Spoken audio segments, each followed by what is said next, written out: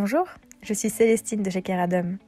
Je vous souhaite la bienvenue dans cette chronique où toutes les semaines je mettrai à l'honneur le métier d'auxiliaire de vie et aide à domicile. Cette fois, c'est le portrait de Leïla que je vais vous présenter.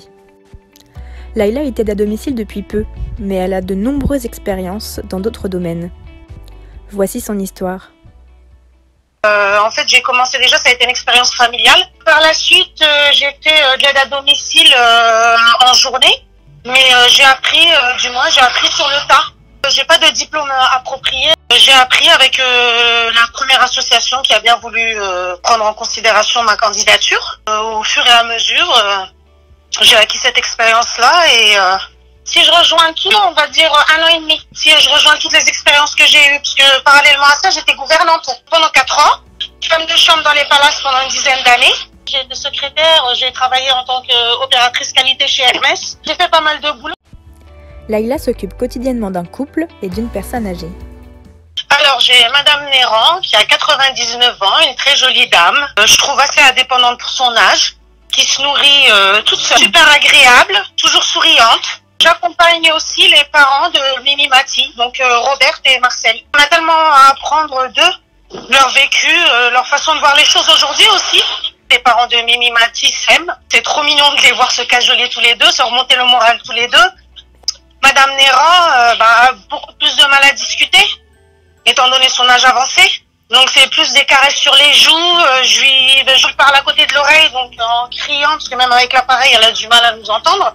Et étant donné qu'elle est essoufflée, les discussions elles sont pas si longues. Je lui fais beaucoup de compliments sur sa tenue vestimentaire, sa façon d'être. Parce que c'est la première fois pour moi que j'assiste une personne, un accompagnement de fin de vie. Et je vous assure qu'à 99 ans, je souhaite, comme je lui dis, d'être comme elle à son âge. Leïla a instauré quelques rituels avec ses bénéficiaires. Monsieur et Madame Mati, j'essaie de les réveiller avec des chansons, des anciennes chansons, que ce soit Charles Trenet ou Edith Piaf, Aznavour ou Mike Brandt. Donc au petit matin, ce que je fais en les réveillant, c'est que je mets une musique sur YouTube, doucement. Et c'est comme ça que j'arrive à leur chambre, que j'allume la veilleuse. Donc elles chantonnent. Comme ça, ils se réveillent du bon pied, ils sont contents, ils oublient un peu leur douleur. Je vais pas dire 60%, mais sincèrement, il y a un gros pourcentage de mental. Et si le mental est bon, ça favorise la journée, vous sentez moins vos douleurs, et puis voilà. Robert est aveugle, donc le matin, ce que je fais, c'est que je lui annonce la météo, le temps qu'il fait, la couleur de son pyjama, la couleur de son bol à café au lait. Enfin, je lui donne quelques précisions. Enfin, je suis ses yeux, du moins. De lui donner le plus de précision possible pour qu'elle se sente pas diminuée. Parce que c'est mon but, en fait, de leur égayer la journée, de leur parler un peu de dehors, de ce qui se passe, de parler de tout et de rien, mais d'essayer de leur faire oublier la monotonie et leur douleur. Leïla est passionnée par son métier. J'ai fait pas mal de boulot, mais il n'y avait pas cette satisfaction personnelle. Je sais que quand je pars, moi, et le fait qu'on me réclame après, ou comme Madame Néran, quand elle me voit, là, je sais que ce soir, en me voyant, elle va avoir un sourire qui se dessine sur le visage. Malheureusement, aujourd'hui, le monde tourne avec l'argent, mais c'est pas qu'une question d'argent, en fait, cette satisfaction personnelle. Comme je vous disais, le mental joue beaucoup. Donc, quand vous vous couchez le soir et que vous savez que vous avez donné votre maximum, et puis qu'aujourd'hui, peut-être que Madame Néran était triste, et puis en partant, elle était contente parce que je lui ai fait une petite blague. Ou que Madame Mati, elle m'apprend des chansons paillardes sous la douche. Donc voilà. Quelques qualités s'imposent pour exercer le métier d'aide à domicile. Alors, de la patience, de la bienveillance, j'irais même avant la patience, de l'organisation, la ponctualité aussi, la disponibilité, parce qu'il peut vous arriver que votre collègue ne soit pas là, etc., ou que vous ayez besoin de rajouter quelques heures, voire quelques minutes. Pour Leïla, il est important de s'entraider avec les autres intervenants. Les infirmières et les auxiliaires de vie. On échange notre ressenti, on s'échange des petites idées où on se soutient mentalement. Parce que c'est un emploi qui n'est pas reconnu tel quel par rapport aux infirmières, aux aides-soignantes, etc. qui sont dans les hôpitaux où on a tendance à parler beaucoup de ces personnes-là, des médecins que je soutiens vivement, et les infirmiers, les aides à domicile, c'est pas pareil. Leïla nous partage son avis concernant la situation avec le Covid-19. Les personnes âgées, je crois qu'il y a un déni complet, qu'ils n'ont pas la même vision que nous à l'extérieur, etc. Donc c'est vrai qu'ils nous voient avec un masque, on a tendance à pas pouvoir les câliner, etc., à passer les mains à l'alcool, à chaque geste.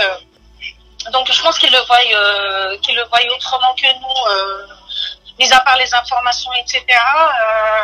Ils subissent pas le confinement comme on le subit nous, mais ils sont pessimistes sur le monde à venir. Ils savent qu'ils ont vécu de beaux jours par rapport à 2020. Hein. Moi, je l'ai très mal vécu.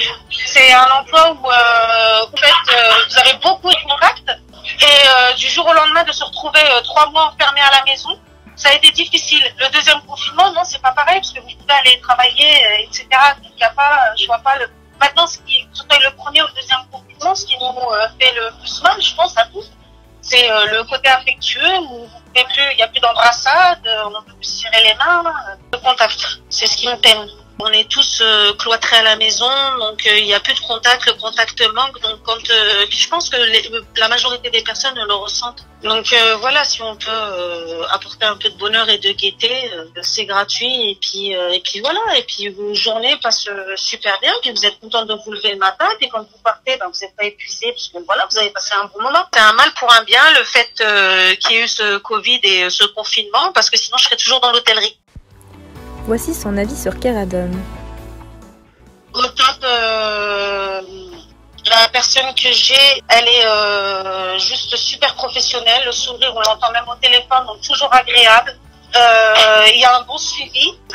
Elle cherche à savoir comment votre poste a évolué, comment vous vous sentez. Donc oui, j'ai juste, en fait, j'ai rien à dire sur Keradom. Je suis complètement satisfaite. En fait, je dois tout à Keradom. Ce contact agréable, ce suivi, ce professionnalisme, tout simplement. Merci beaucoup Leïla pour ce moment de partage. On se retrouve la semaine prochaine pour un nouveau portrait. À très vite chez Keradom.